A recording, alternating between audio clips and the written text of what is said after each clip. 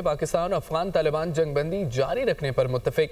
Istanbul में मुज़ाकरात का मुश्तरका अलामिया जारी कर दिया गया।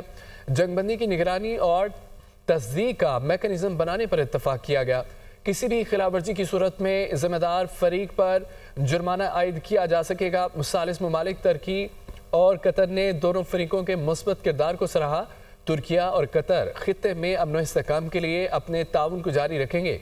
अलामिया के मुताबिक तुर्किया और कतर की सालसी में पाकिस्तान और अफगानिस्तान के दरमियान 25 से 30 अक्टूबर तक इस्तांबुल में मुज़ाकरात हुए। मुज़ाकरात दोहा में 18 और 19 अक्टूबर को तय पाने वाले जंगबंदी मुआहदे को मजबूत बनाने के लिए मुनक्कद किए गए हैं। पाकिस्तान अफगान तालिबान जंगबंदी जारी रखने पर मुत्तफिक। इस्तांबुल में मुज़ाकरात का मुश्तरका अलामिया जारी कर दिया गया।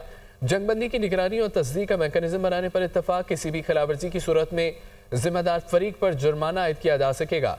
सालिस ममालिक तुर्की और कतर ने दोनों फरीकों के मुस्बत किरदार को सराहा। तुर्किया और कतर खित्ते में अमन इस्तेहकाम के लिए अपने ताउन को जारी रखेंगे।